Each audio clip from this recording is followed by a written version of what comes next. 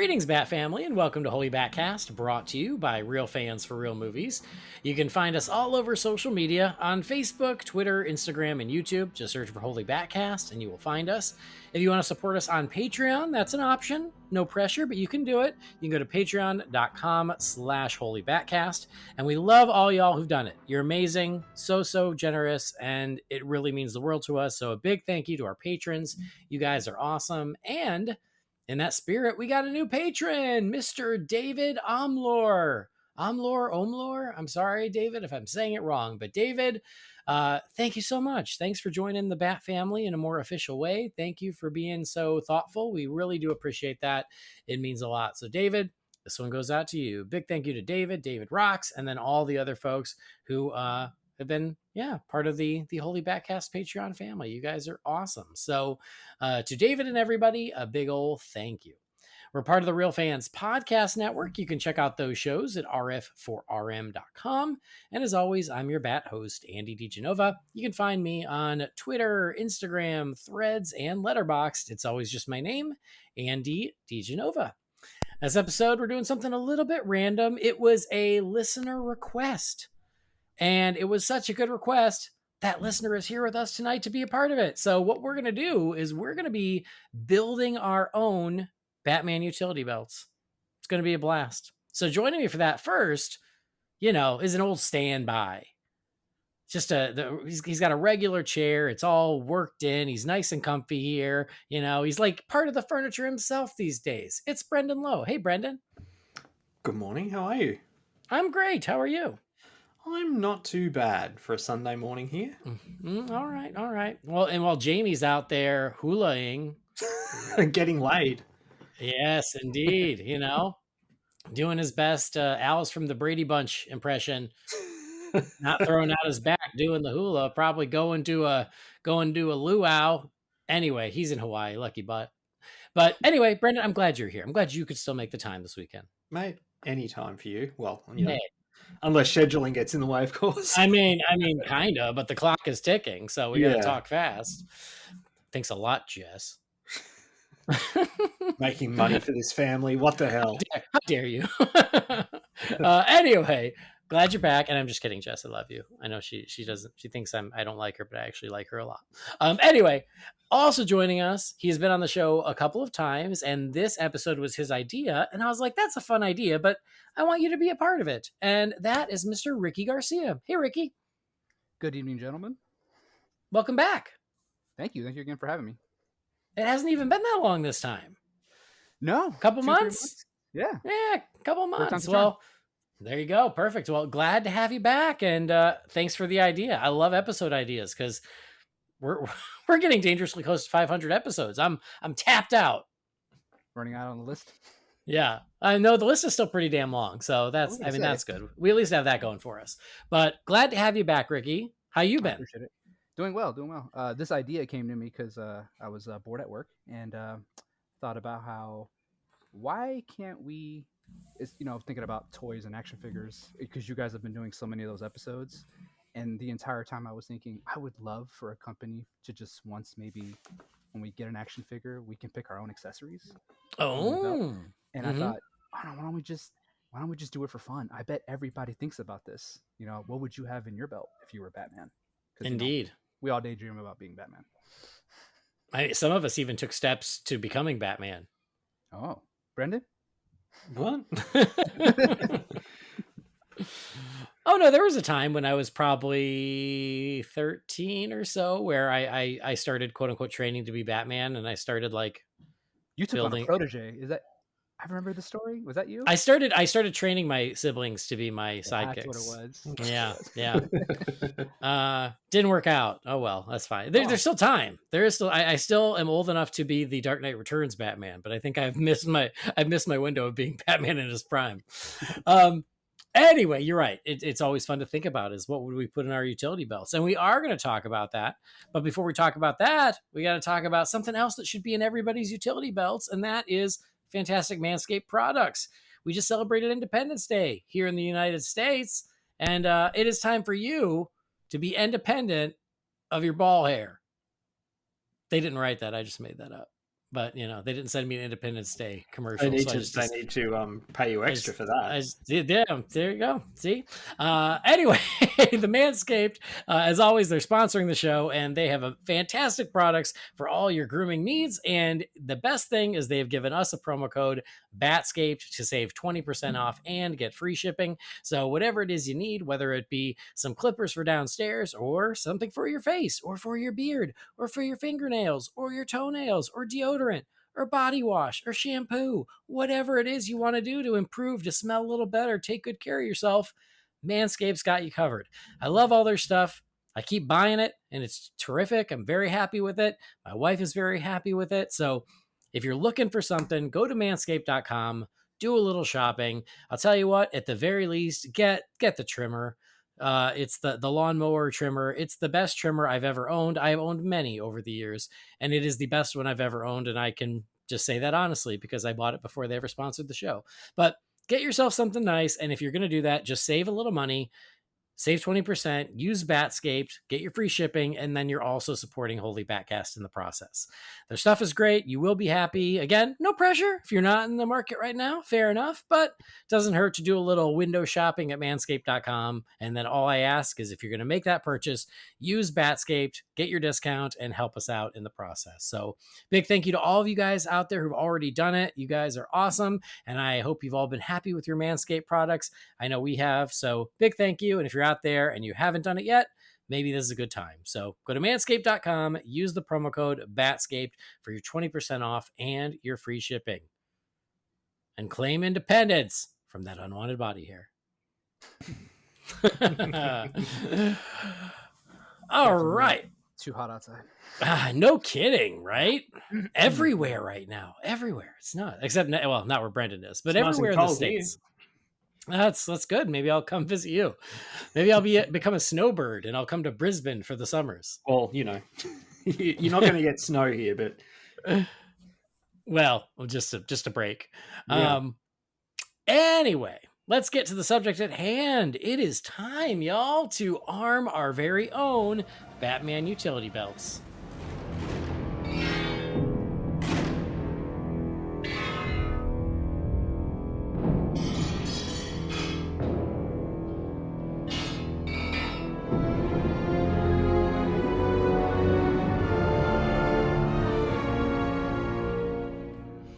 All right, so here are the rules, folks.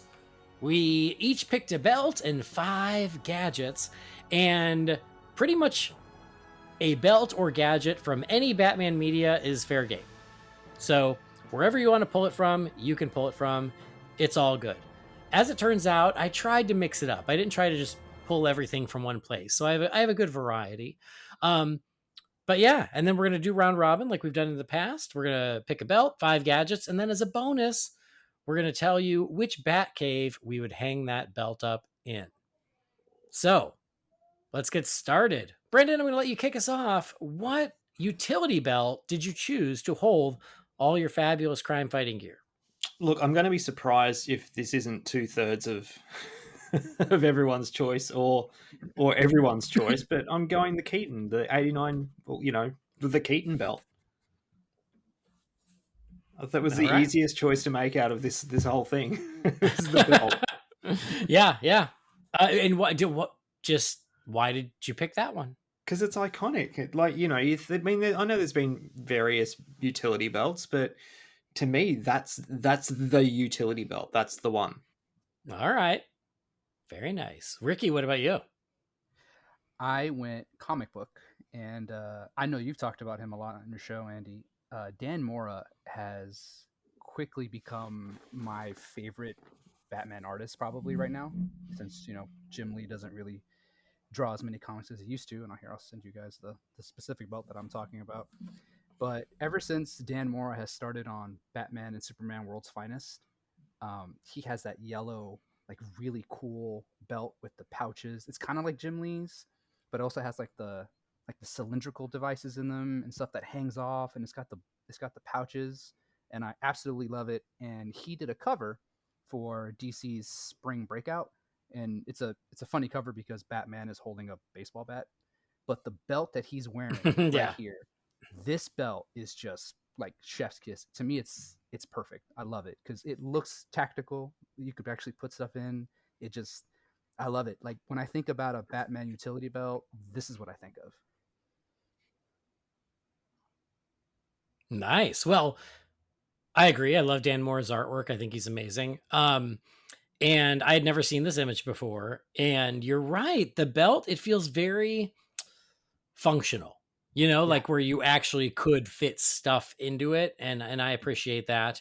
And I know we're not talking about this, but shout out that I love his version of the bat symbol in this image too. Yeah, and Because it has the 2x. Yeah, Yeah. it has the 2 extra little scallops like Batman 89. So I love that Dan Mora had put that into comic continuity. It made me happy. Yeah, I think he kind of thought that through. And if I ever get a chance to like meet him or talk to him, I want to kind of bring this up. Like I think you picked this, but could you explain it and just where your inspirations? Although clearly it obviously is from from Batman and Batman Returns. Mm-hmm. Very cool. All right. Well, my belt is going to shock no one. I'm with Brendan. I went with the Keaton belt from '89, and it's one of those where like I'm just going to assume it's functional, because really I picked it for its aesthetics. Like it doesn't have huge pouches. It's nice and sleek, but you got to assume that stuff fits in there one way or another. I'm just going to assume that that's the case, because I went for style over function because it's just the coolest belt. And like you said, Brendan, it's iconic. And so if I'm going to pick one belt, that's the one I'm going to pick.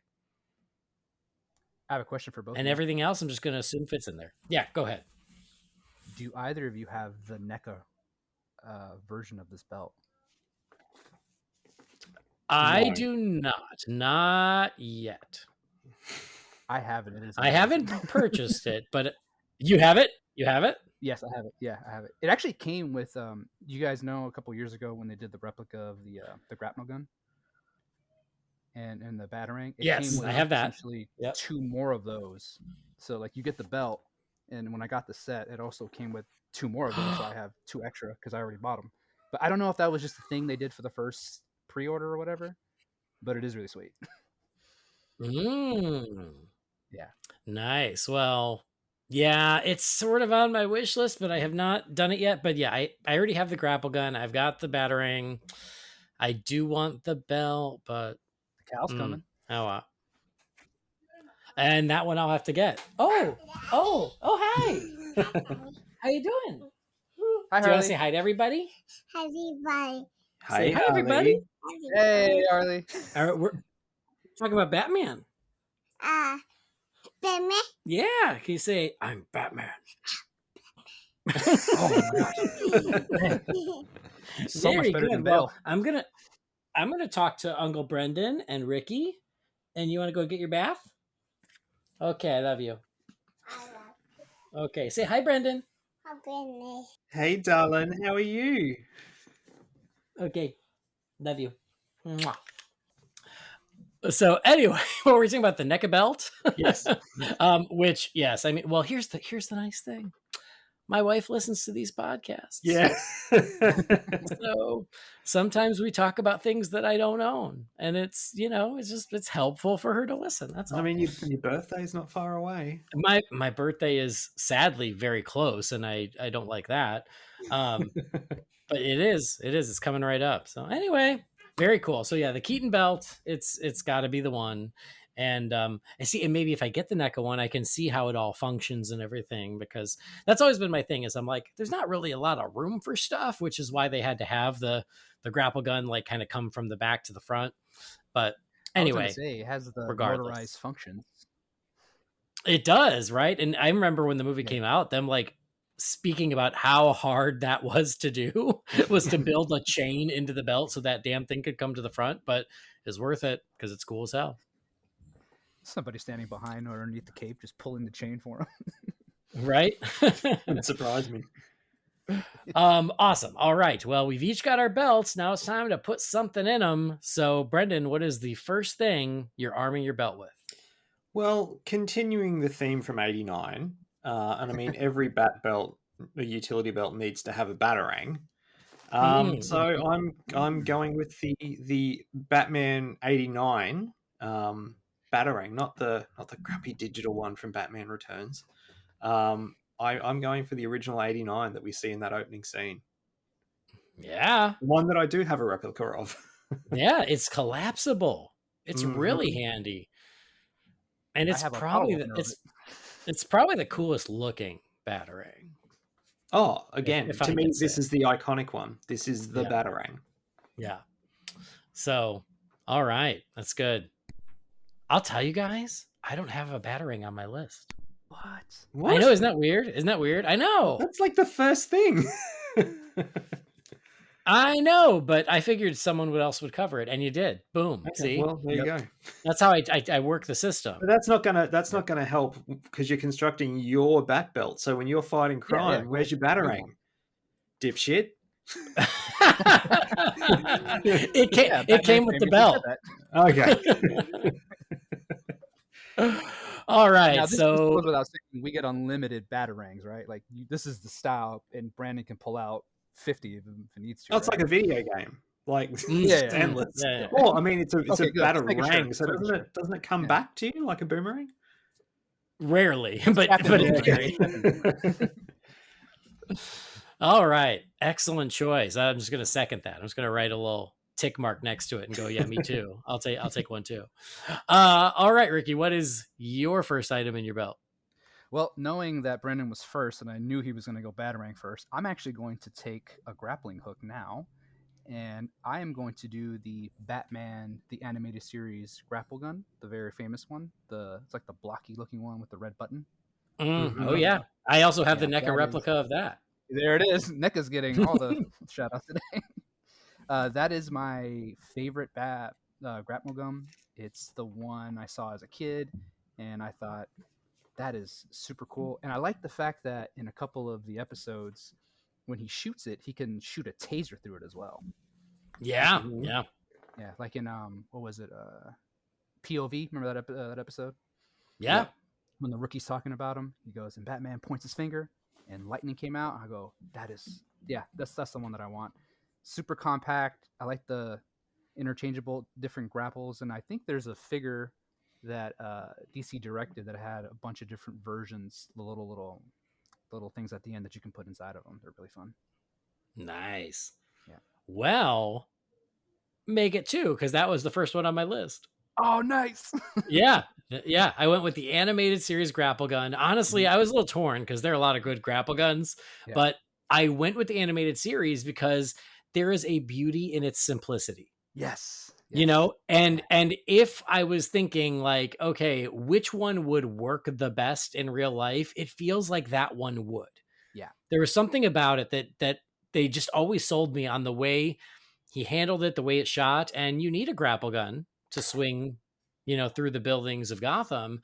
And yeah, I have a real soft spot for the animated series one. So that's the one I chose for my belt.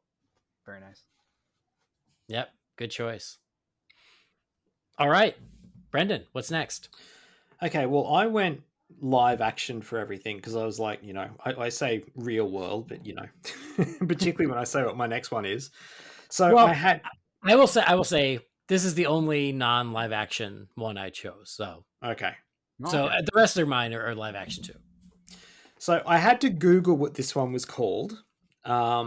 It's called the Goo Gun, and it's from Batman Forever. Mm-hmm. And I didn't know that's what it was called, but this is the gadget that he uses in the opening scene, the bank vault heist, against Two-Face's thugs, and it's the one that that gives them the electric shock that makes them, blah, blah, blah, blah, blah. I have that on my miscellaneous. That is so awesome.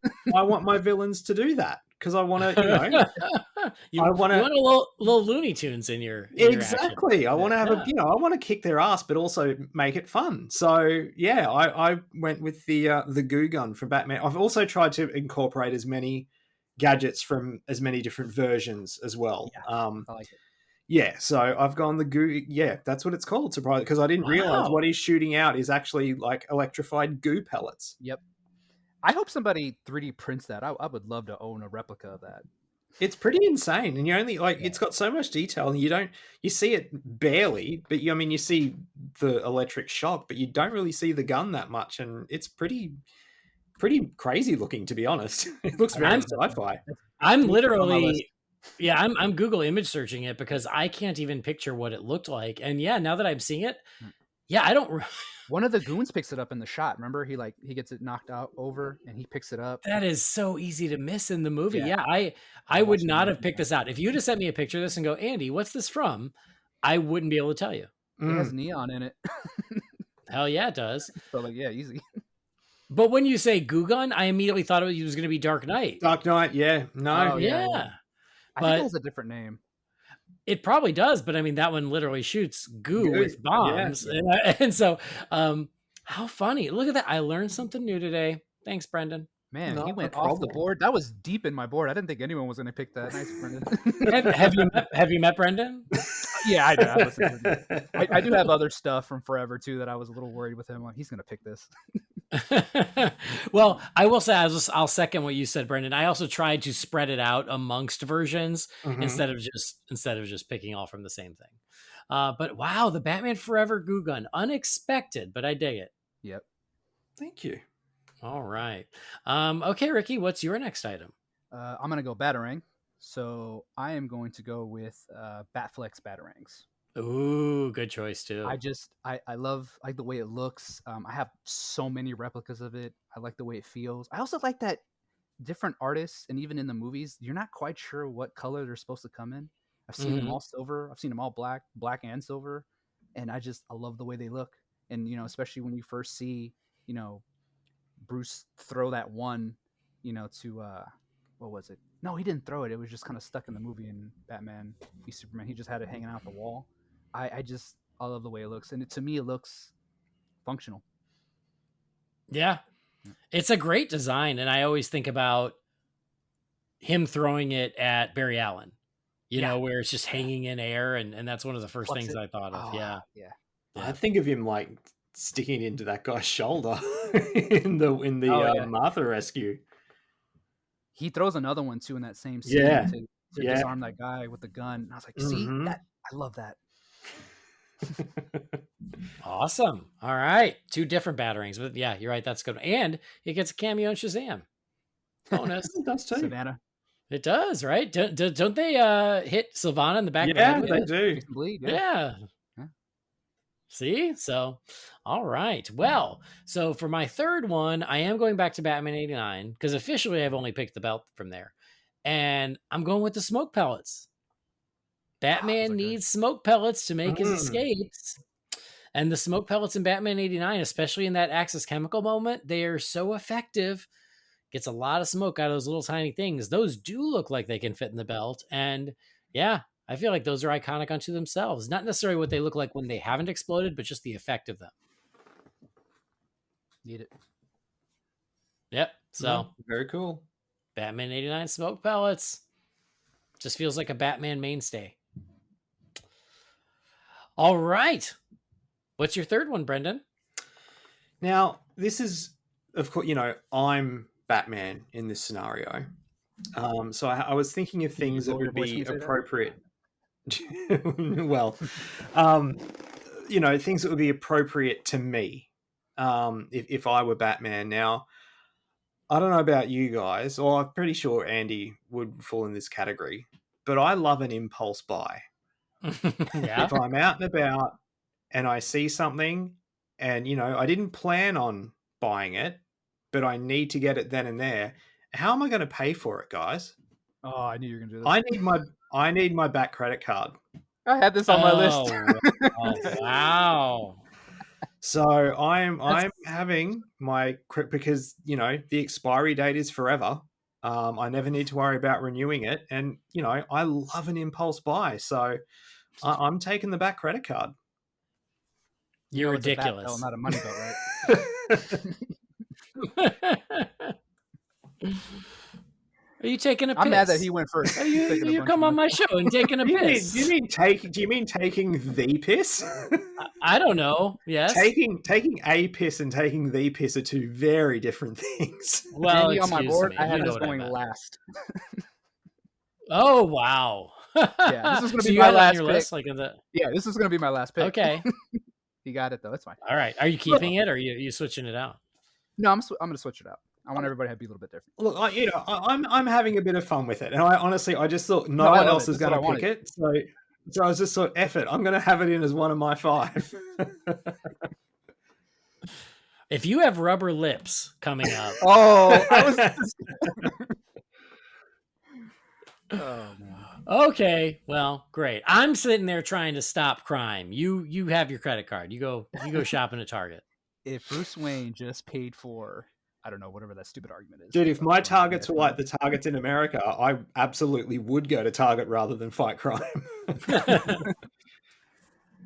Okay, all right, Ricky, what's next on your list? Okay, since in this scenario I am Batman, I'm going to sometimes need to have controlled explosives. Get in here, blow something up, set a charge, for a distraction getaway.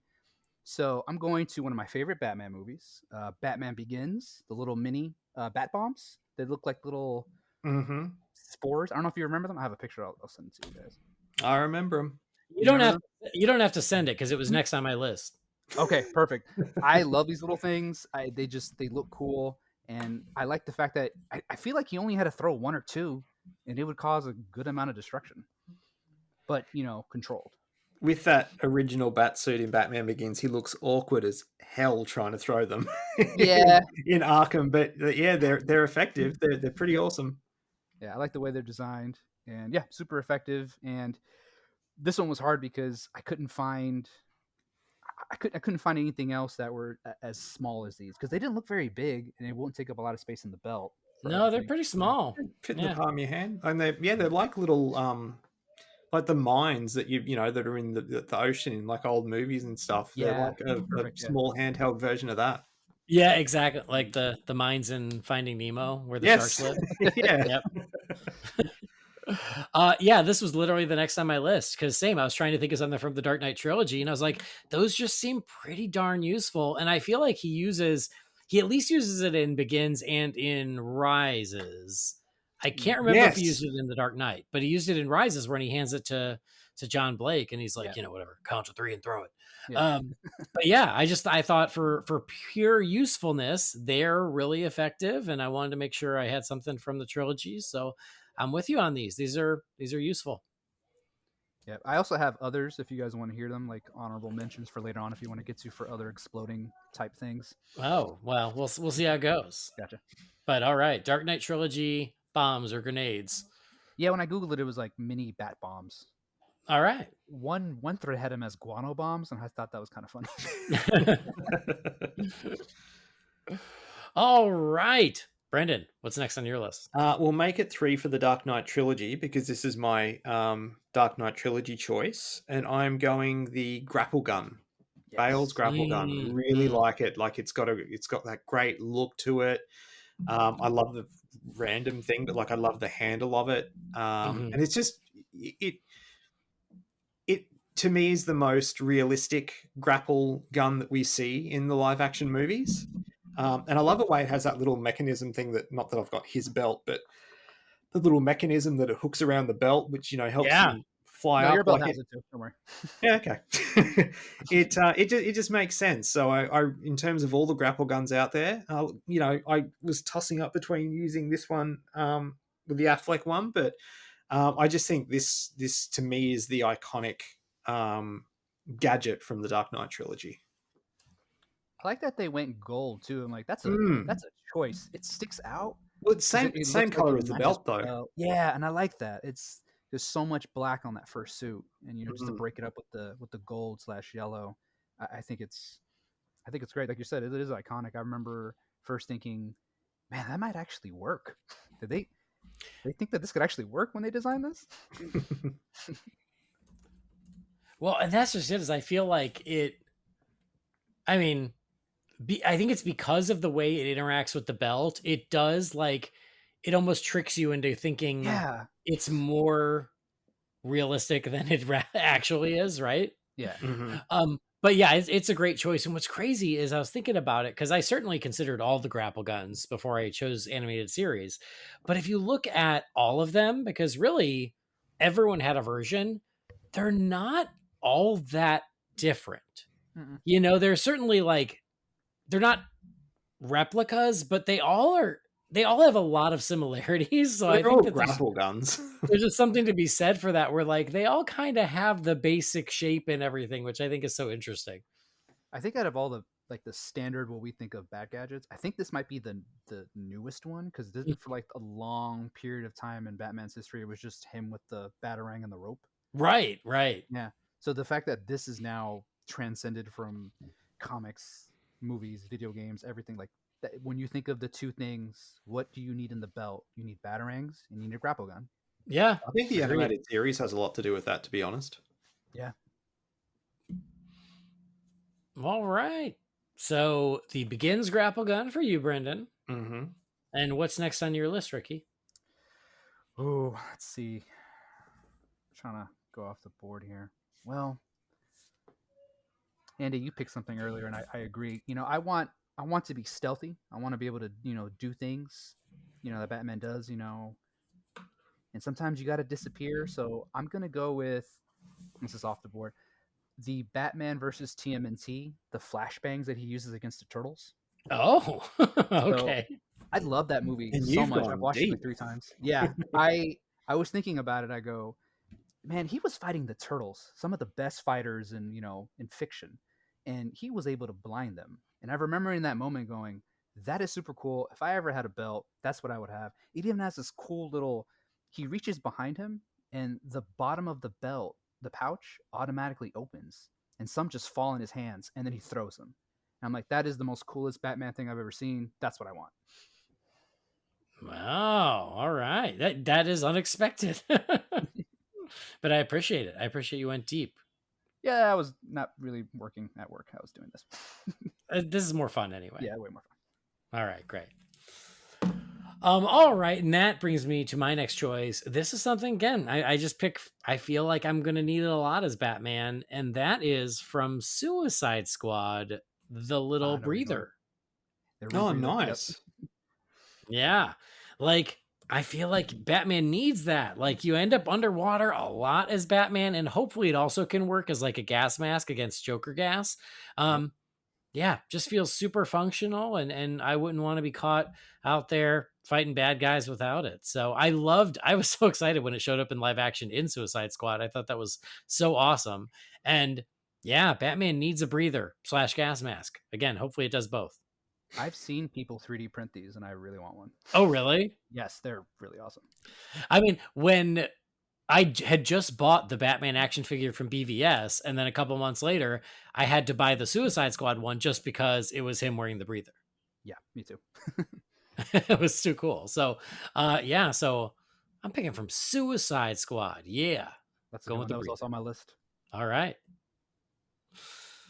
And I think this brings us to our last choices, Brendan. This is the one, yeah. So, I'm going a little dark with this one. Oh boy.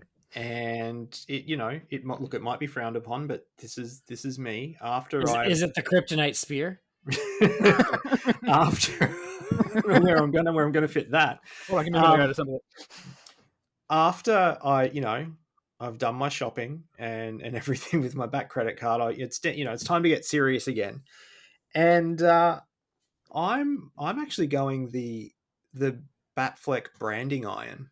Oh, I love this thing. Because you know what? If rapists and human traffickers and child molesters and things, if they're going to get taken care of in jail, good.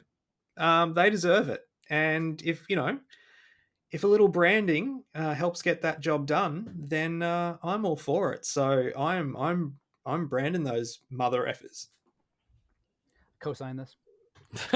All right. The crappy company that makes those like replicas, like Ruby, I think, like Ruby accessories.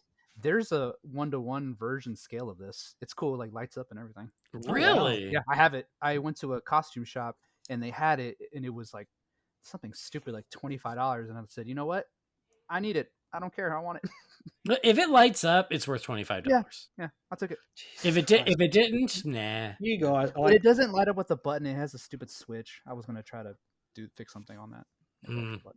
$25. That'd be like probably $85 or something if it were to be over here. Yeah, well, Brendan, if I find another one, I'll send it to you, man. Because I'm happy. It's all good. But yeah, no, I just it's sort of like I won't kill you, but I don't have to save you frame of mind. It's just like you guys are the lowest of the low human scum. There is no coming back from this. Here's a brand to go with you. See you never. You say random, yeah. Mhm. The Nezuko figure actually came with one too, and that's how I have mine displayed with him holding that. Nice. Yeah. Clark Kent's about to write a damning article about you, Brendan. All right. Ricky, what's your final choice for your belt? Okay, so my most ridiculous miscellaneous thing I have on my board for my last round pick is, and I went way off the board, the Batman Brave and the Bold utility belt sword that comes out of it. You guys know what I'm talking about? Oh, yeah. I forgot about it, but yeah. All right. Yeah. Now I understand why you were like, I'm pulling photos. I'm like, why? We know this stuff. And you're like, no, I'm picking something from the Batman Ninja Turtles movie. I'm picking the utility belt sword. Okay. Makes more sense. I don't know. It looks like a lightsaber, and anytime Batman looks like he's holding a lightsaber, and this just seems, sometimes, when he's fighting things that are a little bit stronger than him, even the odds a bit. Sometimes you just got to whip out a utility belt sword laser thing. I couldn't find an official name. That's okay. I'm not sure it has one. Yeah. but yeah. I mean, yeah, you're the only one who was going to pick that tonight, so good on you. Yeah, that's why. All right. Nice. Well, I chose to keep my wild card for last two. I don't think it's as wild as that one, but for my final one, I'm going back to Batman 66. I knew you were going to. Yeah, because I didn't think none of us had chosen the Batman 66 yet. So, and I'll be honest, I almost went with shark repellent. Almost. Oh, okay. almost. But here's the thing: like, I don't want to repel them. I want to attract them. I love sharks. But I went, and they use this a lot with that bat shield that he would pull out and unfold multiple times, and it would be essentially as big as him and Robin. And he just whipped it out from behind his cape, and it unfolded. And again, I was like, it's ridiculous, and they used it a lot. But also, if it worked, it could be very, very useful, because I might like sharks, but I don't like bullets, and so I feel like it would come in handy. That's actually a great pick, and like if it really actually is bulletproof, it makes sense. Right? Whenever they would pull it out, I'm like, that makes perfect sense. You actually need that, which is funny because they didn't use a lot of guns in the 66 show, but they use that shield a lot. There's a really great cover. I don't know if you've ever seen it. It's Adam West holding up that shield, and Wonder Woman 77 is also in like front of him blocking bullets. Have you ever seen that? Yeah. Yes. I think that's Alex Ross, right? Alex Ross one, yeah. Yeah, Alex Ross. Yeah, it's great. When I think about that, that's what I think about now. I'm like, I love that cover. Yes. I mean, the gadget was iconic enough for Alex Ross to paint it for a cover. So, all right. Well, there you go. So now we've all got our stuff in our belts. Yeah. We did. We covered a lot of different versions of Batman. But now you got to hang your belt up someplace. So, Brendan, what Batcave is going to be your home in this scenario? Oh, look, I was really torn between Batman 66, because bat poles, and Batman 89. I think I'm going to have to go Batman 89. I've always, ever since seeing that movie for the first time, I've loved that cave. I just love the bank of computers. I love his chair. I remember the first time going on Batman the Ride at Movie World when it was still there, and a part of it was in that Batcave with an animatronic Batman, and he was on that chair, and it was just so cool. But you know, more than anything, I love the idea of risking my life every time I get out of the Batmobile. Because there's like 6 inches between the car and a sheer drop. You know, and it's completely pitch black too, so that's always fun. How many women fell in that so thing again? we got Batman 89. Wow. All right. Very nice. Ricky, what about you? Again, going a little off the board here. I am going with the Batman, the Telltale series Batcave. Oh, wow. Yeah, I sent you guys the photos, and I love it. It's cavernous, looks technological, looks tactical. It just looks like a modern crime fighting base that I would just not only love to work in, but hang out in. Love the armory. It's beautiful, and I love that. I love those games, and I always thought they did a really good job designing everything. Well, now I got to Google that one because I did play the Telltale game. Yep, I just sent you guys photos too. Oh, did you? Okay, Yeah. great. But yeah, like I don't remember what it looks like. Yeah, I remember the first time seeing it. Going, they look like they put work in it, and it looks great. Yeah, And no, it has that the is turntable good. too for the Batmobile, and it's just it's got everything you need. It's got different levels, the submarine, the bat boat, submarine, whatever you need, the hangar. It looks fully stocked, fully loaded. I mean, that's what I want if I want to fight crime. All right. Well, my Batcave. I think I'm gonna go with Batman Returns Batcave. Yeah. This was a tough call because if I just want like cave aesthetics, I'm going with 89. But if I want like just a functional space, I would actually go with Schumacher because the layout of the Schumacher cave seems just the most easiest to navigate. That's true. But Returns is kind of a little bit of both. It seems a little more user-friendly than what was in 89. He's got a little more space. It's a little, he's got the cool slide to get down there. I'm into that. And instead of just the one safe to hang this belt in, I need the whole closet. And if I'm going to hang up this belt, it's going to be on a bat hanger. So yeah, I'm going with Returns. There's so much more storage in the Returns cave. That is very true. I agree. All right. So there you have it. We have belts, we have gadgets, we have bat caves, and yeah. There you have it. I'm like Brendan's gonna die because he made it a whole joke. So I did not. he's gonna do his best John Blake and die in his first night on the job. My name is Robin. Thank you very much. Sure, Robin Lowe. Rob Lowe. All right. Well, that was fun. I do appreciate some of the unexpected answers, and I like how Ricky, you were like against picking anything from the movies. You're like, no, I'm going as random as I can.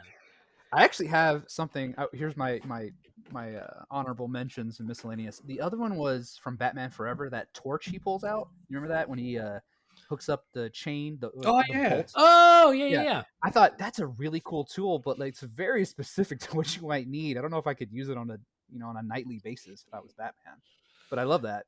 The other one was, do you guys remember? You'll remember the Batman Superman World's Finest, the Batman tracker. Yeah, Superman. That was another one that I thought about using. I go, you're gonna need that, And then for video game stuff, you guys didn't really play the Arkham games, did you?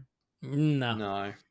All right, well, there's a lot of stuff you have to like unlock and like do a bunch of Riddler things, and it's a mouthful. It's called the cryptographic sequencer. Essentially, what it is, Batman pulls it out and he uses it to infiltrate all the villains' radios, break locks, break into a bunch of things. It's just like remember in Young Justice how Robin had that computer on his wrist, and he kind of used it to break into everything. It's sort of like that, but it's handheld. I thought that would be really, really, useful. I'll tell you, for a half a second, I considered like the laser guns from Batman and Robin. Oh, I have more, and there was one from Batman and Robin. One of the grapnels I considered was the Batman and Robin, the the gauntlet grapples. Yeah. Because Those, that looks useful because you don't have to worry about going to reach for it. You can just pull up your arm. It's already there. Yeah. I'm with you. Well, all right. So fun stuff, Ricky. Thanks. Thanks for this random exercise in picking stuff. Anytime. So there you go. Love it. Anybody out there listening? We want to hear anything we didn't mention. Any cool ideas you guys go, yo, you forgot about this. You need this. Let us know. I would love to hear some of the other ones that we did not bring up or discuss. But those are our utility belts, at least for now, and bat caves for bonus. But now we have to check in with you, fine feathered finks, and crack open the Wayne Manor Mailbox. It's time again for the Wayne Manor Mailbox. You've got mail. Darren, what is a letter for me? Maybe temporary. She wrote a letter. You're one hell of a messenger. This is all, Master Wayne. Oh, I meant to mention this at the beginning of the show, and I didn't. I failed. It's just I wanted to plug that, quite a few of y'all are like, why don't you put videos on the Holy BatCast YouTube? Why don't you do that? Well, I finally did. Last night, I finally did. I unboxed my Batman Forever Batmobile. What's it called? The Power Center, the one that unfolds and it's Gotham City inside. I opened it like 2 months ago, but I didn't get a chance to edit the video until last night. But it's up there on the Holy BatCast YouTube. So anybody out there who wants to see me unbox the Batman Forever Batmobile that unfolds into Gotham, it's there at the Holy BatCast. So check it out. It was fun. I enjoyed it. It's a 13-minute video. Me actually unboxing it and doing all those damn decals and stuff was more like 45 minutes. So I saved y'all 30 minutes of your day of me being like, this stupid thing. But anyway, it's up there. Check out the Holy BatCast YouTube if you like, if that's something you're interested in. Now, there you go. Enjoy. Now we got some emails. So this email here is from Joshua Gonzalez. It says, hey, Holy BatCast. I want to say happy anniversary to Batman 89. I remember watching the film for the first time as a child when I was around 7 or 8. I had the VHS tape with me. All I could remember from the movie was how hilarious it was when the Joker electrocuted the mob guy. Very hilarious and creepy. Sure, the payoff was a bit outdated, but that's where the flavor sets in and feels awesome. The Alamo Drafthouse Theater, where I'm from, had a re-release of the movie, and I was able to score tickets with my sister. As I watched the film, I realized where all the hype was, and I was so happy I got to see it in the theater for the first time ever. Most of the score is in the first Lego Batman video game. The best part of the movie for me was when Batman drives Vicky to the Batcave. I had my doubts about how the Batmobile looked, but as soon as I saw it again, I was like, nope, this is the most badass Batmobile ever. I hope to score a Lego figure as soon as I can. Hope you guys are doing well, Joshua. Thank you, Joshua, and thanks for sharing your memories of Batman 89. It's the 35th all year, so very cool, and I'm glad you got to see it on the big screen at the Alamo. That is super fun, and yep, can't beat seeing it in the theater. No distractions. Where the sound is great. So very cool, Joshua. Thank you for sending that. All right, next message here is from Isaiah. It says, hey guys, I've been watching and looking up a lot of things in relation to Batman Forever after your awesome Schumacher Cut episode. Like Brendan, this movie holds a special place in my heart because it was my first introduction to the character in live action. I went on YouTube and I watched something called Why is Batman Forever? The Making of Batman Forever. Oh, I remember that one. It's on the DVD, I think. Anyway. I taped it when it was on TV originally in 95. Yeah. He says when they got to Jim Carrey, they show a scene where he walks into Two-Face's lair, and the infamous line is said, "Who the hell are you?" But it's not how he says it in the theatrical movie. It's much more toned down, which I prefer. So I wonder if that was a glimpse of what was in the Schumacher cut. Also, I'm super excited for the McFarlane Toys Batman Forever line and the rumored Batmobile. Anyway, hopefully I didn't take up too much time. Keep up the great work, and always remember, bats aren't rodents, Dr. Meridian. All the best, Isaiah. All right. Thank you, Isaiah. Appreciate it. And yeah, I'm going to have to go back and rewatch the scene you're talking about because I've definitely seen the special. I don't remember that moment. Brendan, do you? Yeah, it's like most things. you know, in trailers and stuff, that I think there was alternative takes. Like I know one of the making ofs I saw, even Jim Carrey's line delivery of who is Batman is completely different. Yeah, I think it's just, you know, for promotional purposes, we got alternative takes to what ended up in the movie. Happens all the time Right. with stuff. Oh yeah, for sure. But to answer your question, is it a little glimpse of what could be in the Schumacher cut? Probably, you know. I do remember, I don't know, I don't think we really got into it when we had the guys on our show, but I want to say on their episode, even some of the lines from the villains, even though they said those performances were still over the top, they were still what they were, but it sounded like a lot of those lines were done in ADR after the fact, and therefore the line readings were even more heightened than maybe they Oh, were gosh. in the source audio. So yeah, it probably was just a little more a little more level. So yeah, thank you for sharing. I'm gonna go have to check that out. Anything you want to add, Brendan, since you know it's your jam? No, just that I remember there being alternative takes in some of the promo stuff. Right. Ricky, any thoughts? Oh, I love Batman Forever, and I got really excited when he said the rumored Batmobile because I know that McFarlane's doing the Tumblr, and if he's just going to keep going down the line and releasing Batmobiles from the anthology films, I'm here for it. I hope it glows too. I don't know how we can do that, but I'll take it. I'm sure it will. If it doesn't glow, I'm not going to be too tempted. If it does Yeah. glow, I'm yeah. Yeah. Wow. I thought you Uh, didn't like it as much as we did, and you're over here like, if I've it still glows, got I'll my take it. original, so I'm I- okay. I don't like the movie as much as you guys, but you know, I just did an unboxing video of a Batman Forever toy, and I love the toy. If they re-release a Riddler jacket at like he wore at the end of the movie, I would also get that. That's how much I love that movie. All Annoying right. dog. Okay, next message from Brian. It says, "Hey guys, hope you're doing well. I loved the Batman '89 retrospective, and your love of the movie showed clearly throughout it, which was awesome to hear. My question is, out of all the directors who've helmed solo Batman films, what was a moment from their film or films where they completely flexed and showed off their talent? I'd say for Burton, it was the drive with Vicky into the Batcave with the Elfman score. With Schumacher, it was Batman driving up the wall. For Nolan, well, for Nolan, it's the Joker interrogation scene, and for Reeves, the opening sequence in the train station. Also, just because I want to be a little snarky, I'd say Snyder's end credits in BVS, even though it's not a solo film. Secondly, I loved the Van Helsing podcast you guys did on RF or RM, and even though I'm very mixed on it, Andy, I've heard your disdain for Dracula in that movie before, and I 100% agree. But what other movies do you feel are brought down by a bad villain? I'd say Roman in Scream 3, The Enchantress in Suicide Squad, Apocalypse in X-Men Apocalypse, and Nature in The Happening. As always, thanks for the hard work on the pod. Thanks, Brian. Okay, so the first question, oh my god, I feel like this could be an episode, but 7-parter.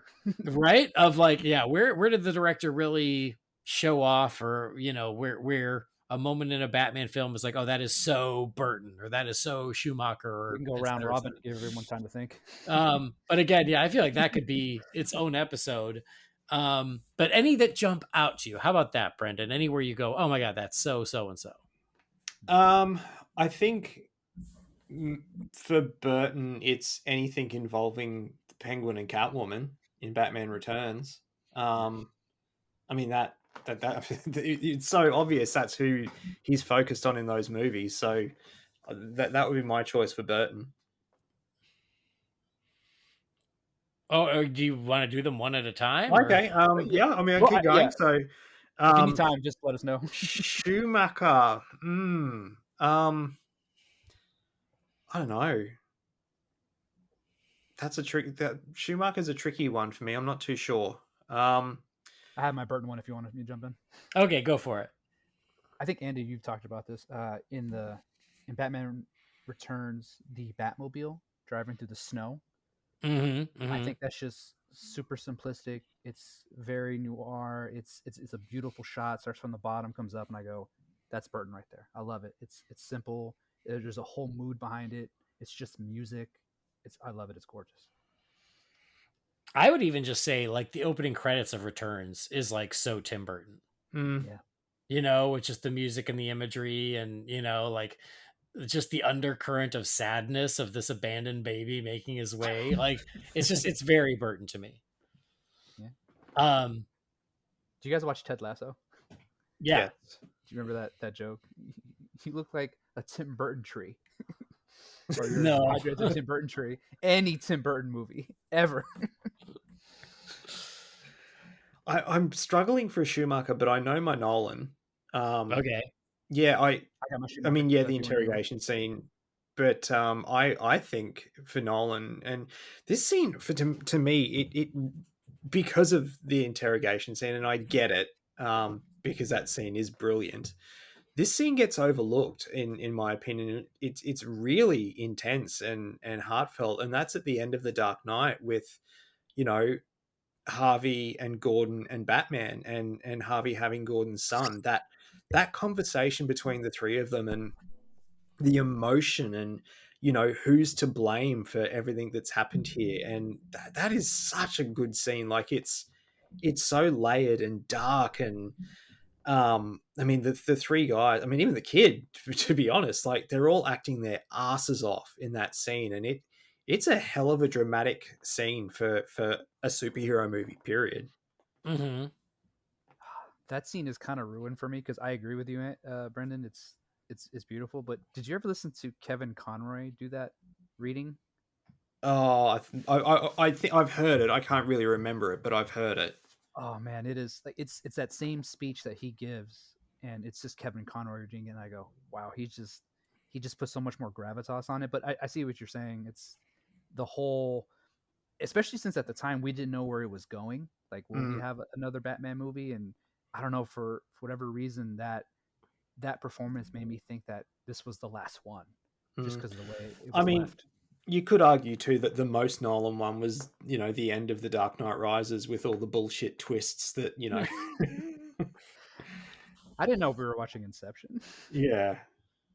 I mean, I would even say the opening few minutes of Begins is so Christopher Nolan because of the way it jumps around in time. True. Have you watched Memento?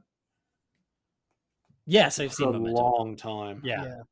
That gives me those vibes as well, Andy. Yeah, but it's like he loves his nonlinear storytelling. I mean, look at Oppenheimer last year.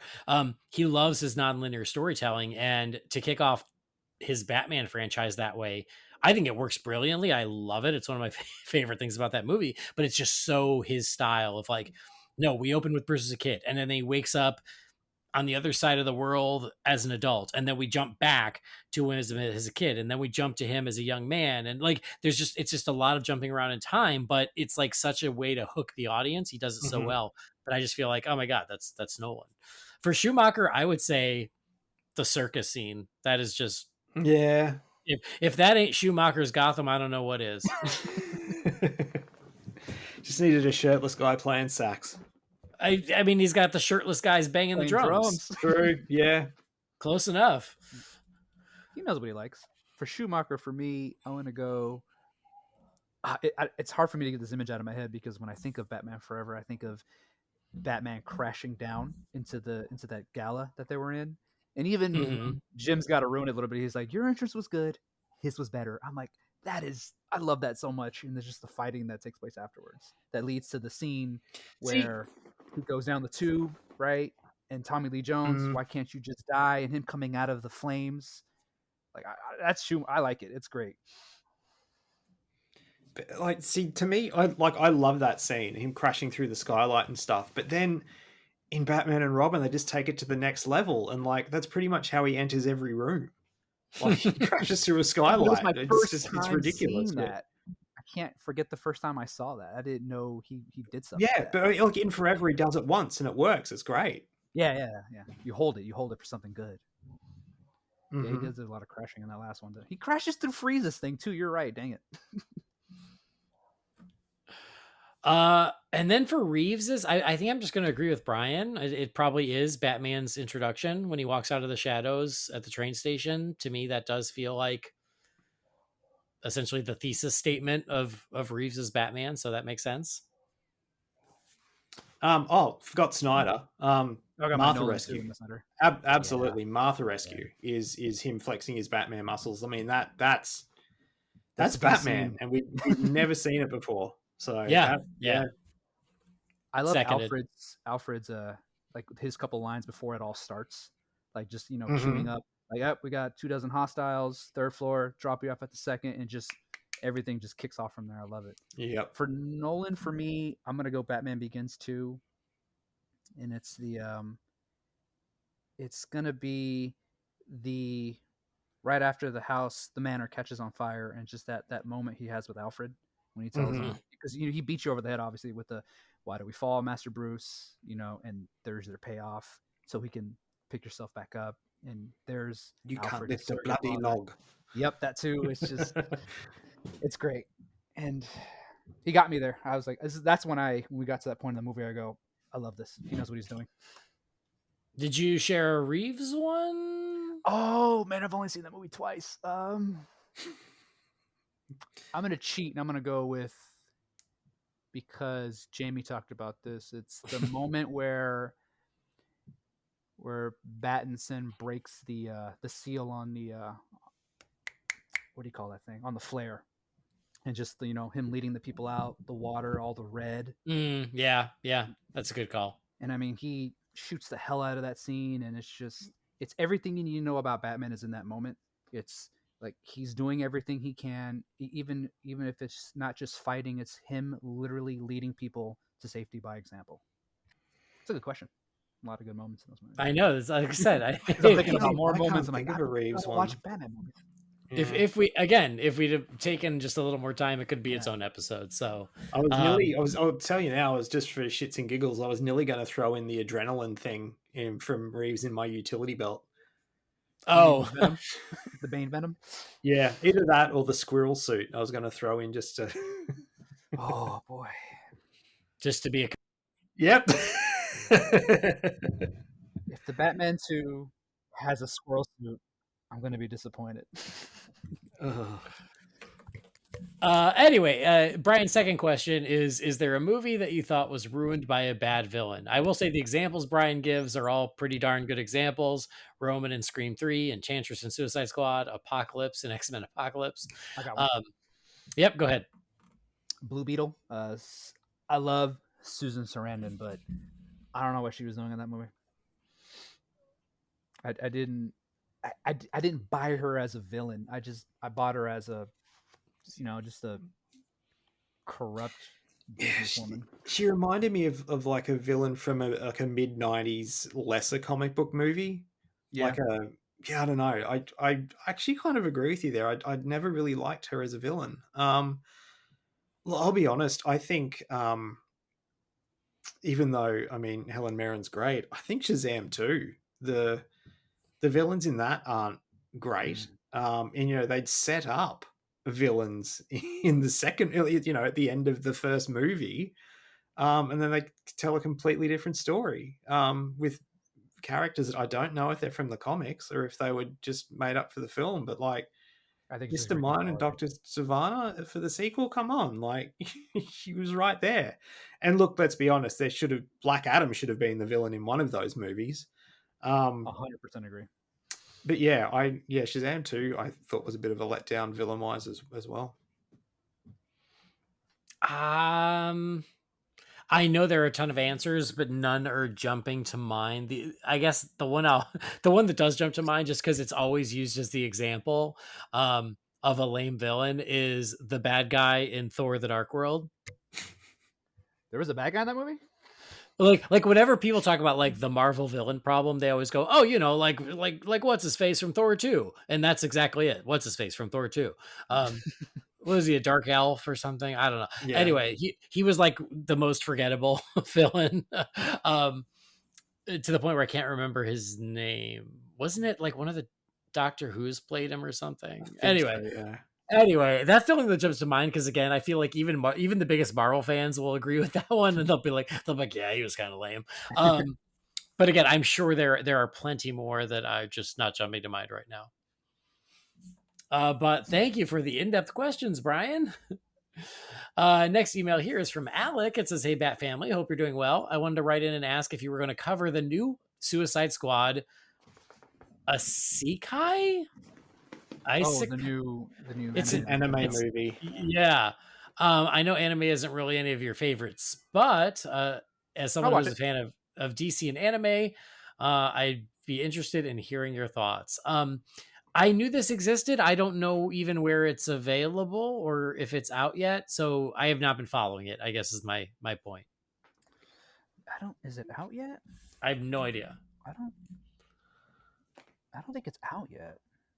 Like, and where is it supposed to come out? Is it like Probably HBO is, Max. Yeah, like is it an animated movie? Is it a series? I obviously I'm showing my ignorance. I have no idea. I know that there's a Suicide Squad anime that exists.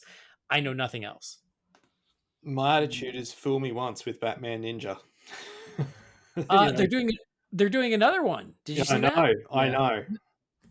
I liked it. It was silly, but I also really just visually like the style, and I also love Batman's suit in it. It says here it came out the 27th of June, so it just came out. But where? HBO Max and Hulu. Huh. In the Okay. United States. For Brendan, says he doesn't care, so they're not releasing it in Australia. I'm not going to watch it. Yeah. Well, I think that's your answer. Is probably not going to be covering it because we haven't even been paying attention to it. If you want to, I'll watch it. We can cover it. Okay.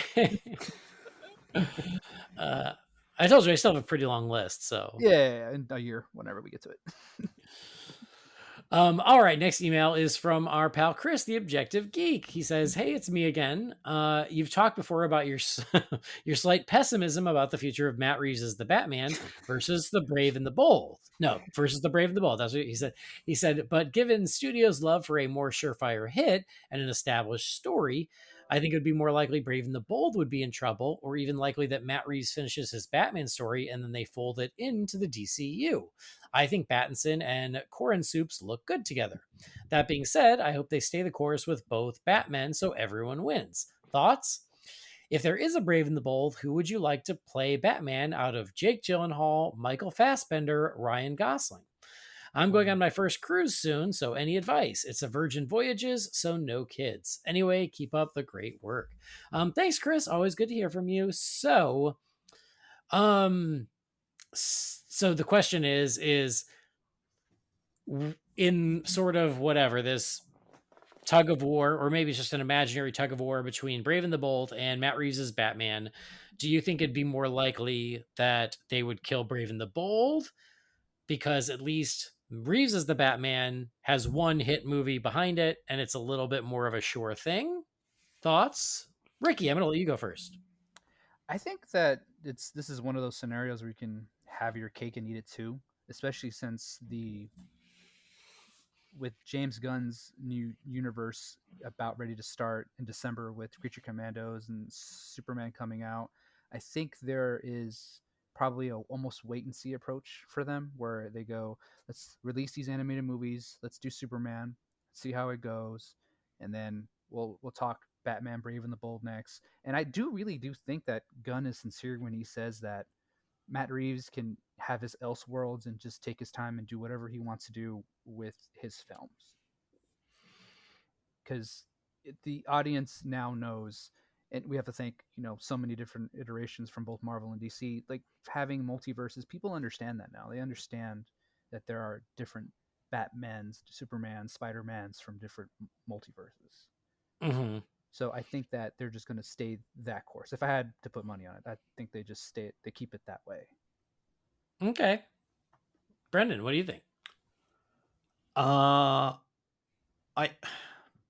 think, if one of them, if they had to make a decision and one of them had to go, I think it'd be the Reeves one because they're trying to build the universe again. And you need a Batman in a DC universe. So, I mean, look, I'm never going to say no to more Batman, but everyone knows I didn't love the first movie. I'm curious to see where that goes. I don't know if people I don't know. I know it was weird because it was still COVID times and stuff like that when that movie was released, but it just didn't feel like the hype of a new Batman movie coming out. It was kind of weird.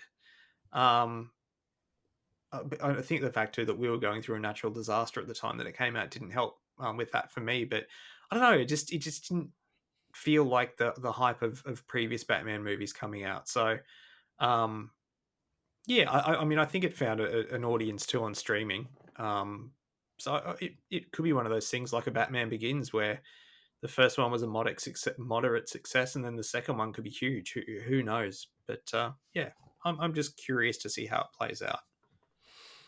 Well, so I understand Chris's question because I get what you're saying. If you're just looking at like numbers, it's like, hey, we've already got a pre-established Batman that has one hit movie, and it seems like an easier choice, especially for, fiscally minded executives to go, well, just keep moving forward with that instead of trying to introduce a new Batman that could go either way, audiences could embrace or not. So I understand what Chris is saying. I do think though, that because of the bigger picture, and it's what you were alluding to, Brendan, of Gunn wanting a Batman for his universe, because of course he would, you don't want a DC universe without a Batman. At least I don't. That because of the bigger picture, I do think that Brave and the Bold is still a priority. So I think that's why it's safe. Unless Superman comes out and bombs and then, everything changes again. But as long as they're building the universe, Brave and the Bold, I think, is a priority for James Gunn. Especially because Matt Reeves seems to be in no rush to make another movie. So there's that too. I was waiting for that. Well, I'm not trying to be snarky. I'm just... No. He's making the Penguin. Yeah, I'm just saying, like, they don't seem to be in a rush. Nobody does, including the writer-director. So, but... I think that at the end of the day, I think we all agree. I think the best route is to have our cake and eat it too, to have both. I don't agree with the folks who are like, just throw Battinson into the new universe. No. And I'm like, no. I think that's a terrible idea. It doesn't work. Right. It does not gel. So no, keep it separate and let Matt Reeves do the movies he wants to do. And, but let it stay in its own little Elseworlds corner. I think that the plan is the right plan. And it'll be interesting to see if things shift based on, changes that may or may not happen. But for now, I think that's the way to go. Plus, Reeves is doing other things in the DC universe. He wasn't the executive producer on Cape Crusader. He's also executive producing the Penguin show. I think that he is going How to be much is he allowed- involved with the Cape Crusader though? Well, that's just it. Is executive producer is like can be a very hands-off thing. I mean, Tim Burton was an executive producer on Batman Forever, and he had nothing to do with that movie. Exactly. Yeah. I'll tell you what, he's not executive producing anymore, and that's the Arkham series. Yeah. So, I mean, but I understand your point. Is like he at least still has his name on Cape Crusader and the Penguin. So yeah, like it's he still seems involved. So yeah, I don't think that like it's a smokescreen or something where he's not even involved anymore. I just think that for whatever reason, he's just not in a rush to make the movie. I don't know. And that's his prerogative, but I do think there's a possibility of you snooze, you lose. So, but if they're going to make Brave and the Bold, he gave us 3 choices: Jake Gyllenhaal, Michael Fassbender, or Ryan Gosling. Brendan? Look, if I have to choose one of those 3, probably going to go Gyllenhaal, but I don't like any of them for Batman, to be honest. Yeah. Michael Fassbender actually, to me, is like, how old is he? Yeah, I don't know. I think you're getting into Affleck territory if you do a Fassbender. I don't think they want the old grizzled Batman for this new one. Yeah, that one I was surprised to see. Is that a name that's being thrown around? He could play Alfred. Well, actually, if he gains some weight, he could be Commissioner Gordon. Yeah, I hadn't heard anyone say Fassbender until this email, but I love Michael Fassbender. I don't know if I see him as Batman, but yeah, I would go with Gyllenhaal too. It is sort of like the easy choice, but also it's a good choice, so that's okay. We're just gonna spread rumors. I picked Brendan. That's fine. This is Bat credit card. So, but I still hope it is someone we don't see coming that will be a nice surprise, kind of like Affleck was, in my opinion. And then finally, the last question: you're going on your first cruise. Have a great time. Pace yourself because you're constantly eating, so just pace yourself. It's a long trip. And I guess the best advice I give you is allow yourself to do nothing, because that's the beauty of it. Like disconnect, which is awesome, and catch up on reading or napping or whatever, especially if you don't have kids to worry about. Like take the downtime. It's the best thing about a cruise. You don't have to worry about anything, so don't worry about anything. Don't get gastro. And hopefully, wash your hands all the time. I mean, they make you, but anyway. It's amazing. I love it. But it's I had a little tummy problem 2 cruises ago, which was sad. I don't know where it came from, but all I know is I'm good at washing my hands anyway. But after that, I'm like Jack Nicholson and as good as it gets when I'm on a cruise now. Oh, good pull. All right, next email here is from Richard Webster. It says, "Hey, Andy and the Batcasters. I just listened to your Memories of Batman 89 episode, and I was so surprised when I heard you guys listen to my special Batman 10-year anniversary video message. I was driving back from dropping off my son at daycare when I started listening, and I was absolutely shocked. It was a while ago when I sent it, so I completely forgot about it. I knew you were waiting for Brendan and Jamie to watch it together, but I had no idea it would pop up on an episode. Mostly because you can't show the actual video on the Holy BatCast social media because it's not safe for work. Which is ridiculous, because how the heck is having a bunch of boobies on Batman's face not appropriate? Come on now. I'll post the video for anyone who wanted to see it on my Instagram, Bat of Manchester. Thanks so much for the love. I'm so happy you guys had a good laugh over it. I had to pull the car over because I was laughing my ass off hearing you guys react. And thanks again for having me on the podcast. It was an absolute blast talking all things Batman with you and Brendan. I have to admit, it was not my best self because I was sick, but I wasn't going to say no to being invited to talk about my favorite subject on my favorite podcast. It was awesome. You guys are awesome. So anyway, maybe I've got a new surprise coming, and it could be bat suits on bat hangers. Keep the bat signal shining high, Richard. Thanks, Richard. And we loved the video. It was ridiculous and awesome. And if you were sick when we had you on, you could have just told us. It's okay. You can call in sick to Holy BatCast, but we couldn't tell. So you pulled it off, man. So thank you for all the kind words. And thanks for being a part of the family, Richard. We appreciate it. Okay, next email is from Stephen Marshall. It says, "Hey guys, hope you're doing well. Andy, congrats on baby number 2. It's weird, but it's much easier with 2 than just 1. But I stopped at 2, so no idea if it's the same when you have 3. Anyway, quick one from me this week regarding San Diego Comic-Con. Do you think part of the reason they're not going this year is that Gunn is happy to have as long of a break as possible between the DCEU and his DCU? I must admit, I missed the San Diego Comic-Con buzz. But then, is that the sort of thing of the past that we moved on from? I do hope DC does their own thing again, like Fandom, but much tighter than any of the ones before. I do feel like they're a great way to generate buzz and excitement amongst fans, which I feel people underrate as essential to success. Anyway, random thought I had, and I wanted to know what you guys' thoughts were. Kind regards, Steven." Thank you, Stephen, and thank you for the congratulations on the new baby. I think you're the first person to tell me it's easier with 2. Everyone else is like, "Oh, man, you haven't really had kids till you have 2." And they try to scare us, and I'm like, well, thank you, because now it's too late. The kid's coming. So I don't know why you're trying to scare me. It's just going to be what it's going to be. So, Stephen, I hope you're right more than anyone else, because if you think it's easier with 2 than 1, great, I'm into that. And I ain't gonna know about 3 because we're done after 2. So yeah, 2 is plenty. Yeah, It does make a little sense. I'm making you get the snip. Thank you. So anyway, thoughts on them not coming to Comic-Con, Ricky?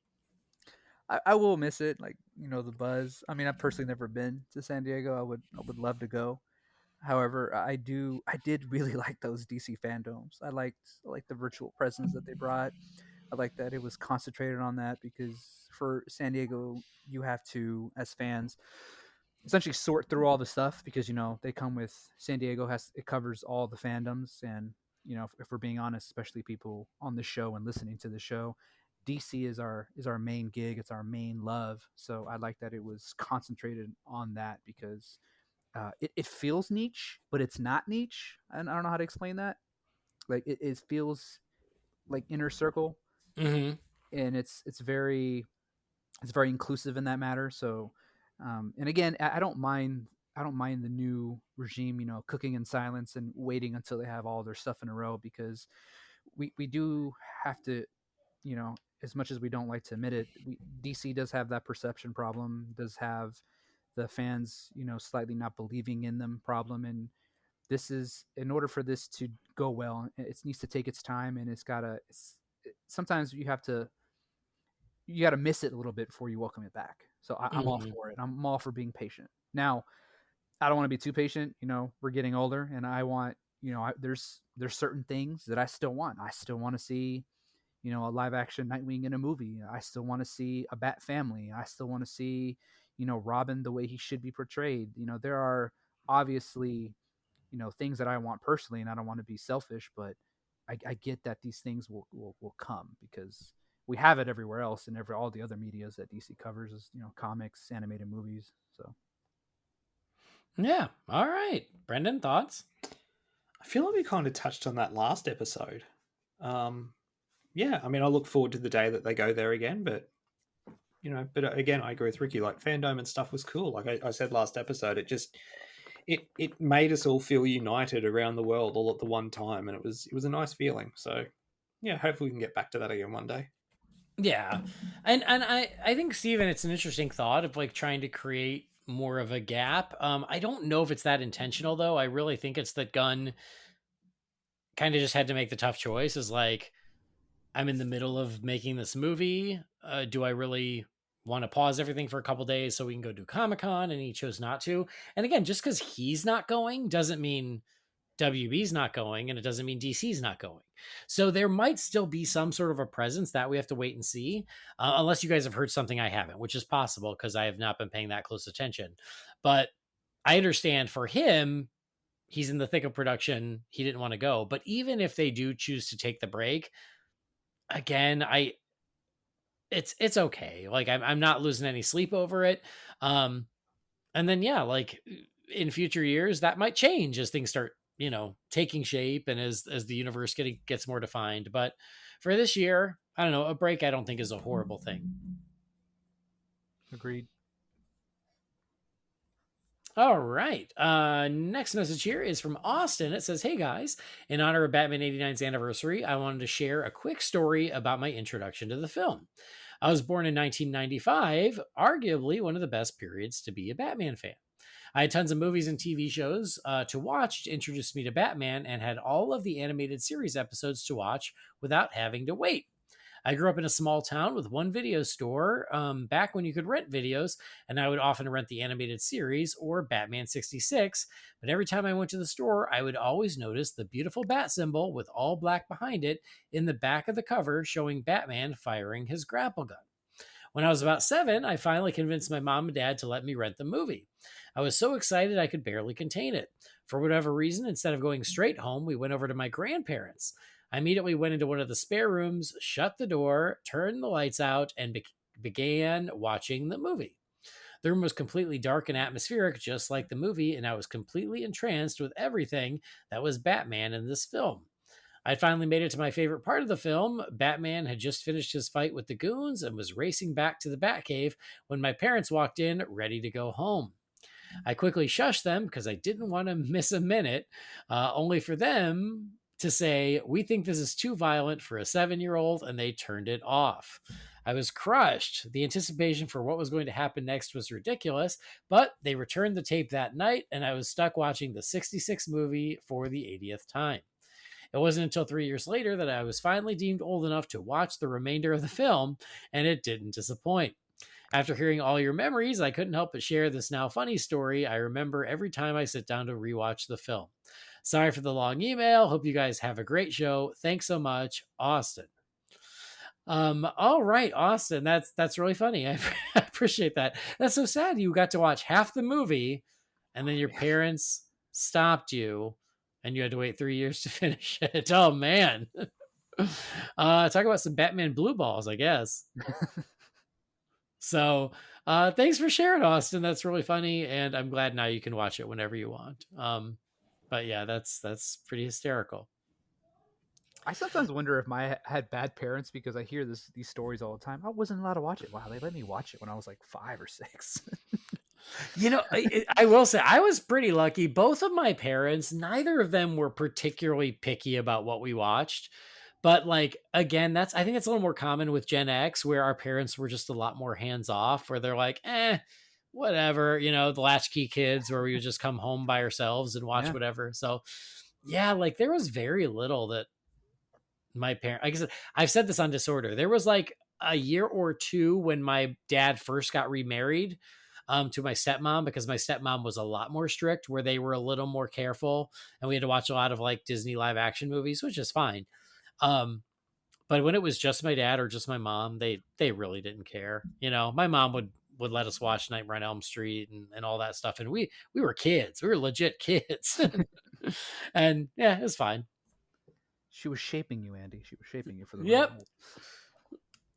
I mean, I always appreciated that about them, is they're just like, whatever. It's just a movie. When he talked about going into that spare room, that when I was a child, the 2 movies always in my backpack that I always take around with me were Batman and Ninja Turtles. So I would do that same thing if I went over to an aunt's house or grandparents' house. I would just find a room, go in there, shut the door, turn off the lights, watch a movie. Yeah, for sure. All right, next email is from Steven. It says, "Hey guys, hope you are well. Andy, congrats on the new arrival in November. First, in regards to Capes Crusader. Andy, I felt the same as you with Hamish Linklater's voice in the cast announcement trailer. It felt forced and unorganic. However, in the actual trailer, he sounded great. Someone asked you in your last episode about shameful Batman moments, so I thought I would share mine. When I first saw Batman Begins in the cinema, I thought it was a prequel to Batman 89. I was 15 or 16 at the time. I had lost interest in Batman. Socializing with school friends and video games took priority during the time. I also think Batman and Robin is what soured the character for me, and me being an angsty teen, Batman was no longer cool, so I wasn't paying attention leading up to Begins. I was so confused seeing the Tumblr and thinking, how does Batman go from driving this to the Burton Batmobile? Fun fact, my sister took me to see Batman and Robin and also took me to Batman Begins, so there's a nice memory there. So do you know anyone else that mistook Begins as a prequel? Cheers, Steven." Thank you, Steven, and thank you for being brave enough to share a shameful Batman moment. It's okay. We got you. We support you. It happens. So, funny question. Brendan, do you know of anyone who thought Begins was a prequel? I don't know anyone personally who did, but I heard stories of people thinking that because, to be honest, like, I don't know if I'd even heard the term reboot before Batman Begins came out. Because prequels were kind of, they were a thing back then. Star Wars. Yeah. But like, I know, you say Star Wars, I was going to say the Flintstones in Viva Rock Vegas, but, I mean, the most important prequel in film history. Yes, exactly. Yeah. Duh. But that one doesn't match up either. I think we kind of, in 2005 and 2006, we had the 1-2 punch of Batman Begins and then Casino Royale. And I think people then kind of grasped, okay, this is a restarting of the franchise, and reboot became a thing. But yeah, like I did hear stories of that, but I didn't know anyone personally who went in thinking it was a prequel. What about you, Ricky? No, I've never heard that, but I'm sitting here thinking I could see how a kid could make that mistake. But he said he was 15. Yeah. No, I didn't hear anybody doing that. Well, sorry. The title too, like Batman Begins. No, yeah, that makes sense. yes. Probably didn't help with that. And like I said, the fact that reboots weren't a known commodity back then. So Yeah, and at the time, like I said, we had Star Wars prequels, so it would make sense that the Hollywood thing to do right now is to go back and do the story of how your heroes came to be. So it makes sense. Well, I have a very good friend, and I remember when we first met and we were talking about like favorite movies, and I was like, and I brought up Batman Begins, and she was like, "Oh, I didn't really like that." I'm like, what didn't you like about it?" And she goes, "Well, it doesn't match up." And I was like, "What are you talking about?" She goes, like, please don't be Andy's wife. Please don't be Andy's wife. No, it's not. It's not Okay. Catherine. But she literally thought the same thing. It was a prequel to Batman 89. And so she goes, yeah, like it doesn't match with the Keaton Batman, so I don't like it. And I was like, it's not supposed to be a prequel. And this is a smart person. She's a very smart person. But same, like she wasn't paying close enough attention to news about a Batman reboot. And so she saw the title, Batman Begins. The suit does look in the same universe as the first 89 suit, or at least close enough. So she went thinking it was a prequel. And then when it wasn't, she was just confused and didn't like the movie because she's like, this doesn't make sense. So yeah, I don't think you were alone, Steven. And that always blew my mind. But again, if you do take yourself out of it as a Batman fan and all you knew is it's called Batman Begins, I understand how you could confuse it that way. yeah. I've never heard of any of this, but it's very interesting. Yeah, I'm gonna go online later. Like, who else did this? I know. All right. Guess what? That's it for the emails. Woo! Nice. Done. Caught up. Just in time. Just in time. So, everybody, thank you guys for writing in. Thanks for the messages, the thoughts, the questions. I love it. I love that you guys take the time to do it. So, if you've got something for the Wayne Manor Mailbox, you can send that, as always, to Holy BatCast at rf4rm.com. But that will do it for this episode, which was like 40 minutes of bat utility belts and then like an hour of emails, but that's okay. I feel productive, but gentlemen, thank you guys for taking the time this evening to join me. So Ricky, nice to have you back. Thanks again for the episode idea, and anything you want to plug or where people want to keep up with you. Thank you again for having me. Thank you for letting me have this idea, put into fruition. I am on Instagram, just Ricky Wingding. Same on Threads. I have Threads now, so I can follow James. Hey. And Nightwing19 on Twitter. I don't really post a lot. Everything is sad, but hey, we have DC and Batman stuff to keep us happy. Fair enough. Take your escape where you can. Go on a cruise. Unplug. Do you have any advice, Andy? I do.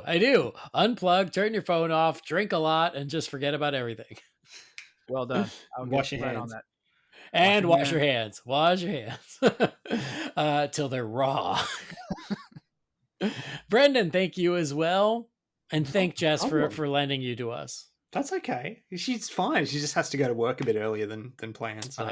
I know. So thank you. Anywhere the folks want to keep up with you?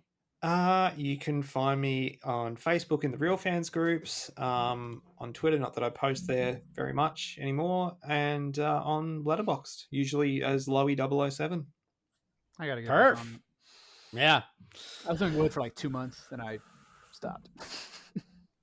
I do enjoy me some Letterboxd, and as always, got to give a thank you to Hunter and Preston for peer pressuring us all into it. Thank you, Hunter and Preston. Yeah, but I dig it. All right. Well, thank you guys. I already told you where to follow me. Thanks as always for joining us and for downloading or streaming the show. Please do follow or subscribe so you never miss an episode. And also a nice rating would go a long way if you love the show. An easy thing and a free thing that you can do to show us, just give us a 5-star rating. That would be amazing. We would love it. And you'd make me feel good for just a quick little second. When I would see it, I'd go, oh, that's so nice of you. So thank you to everybody who's done that. If you haven't, nice rating is great.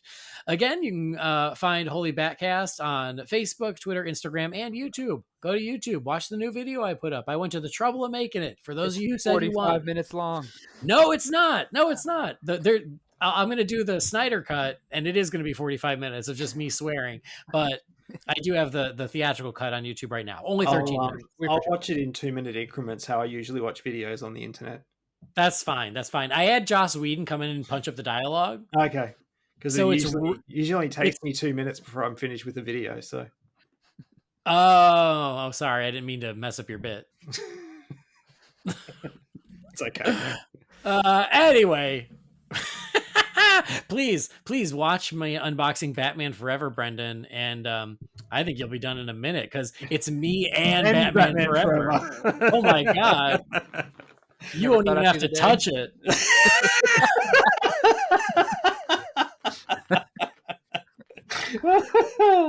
Oh god, that's funny.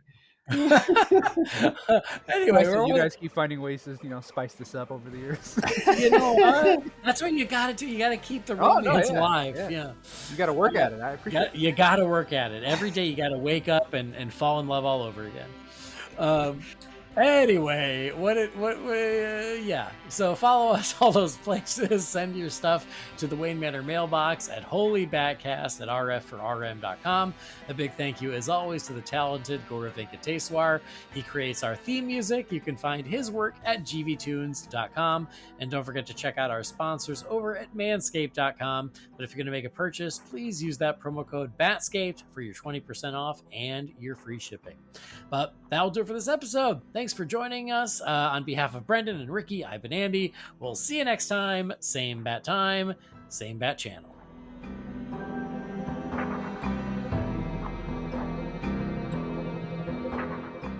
Holy BatCast is not affiliated with Warner Brothers or DC Entertainment. The views and opinions shared by the participants are theirs and theirs alone and do not represent the companies or organizations they happen to work for.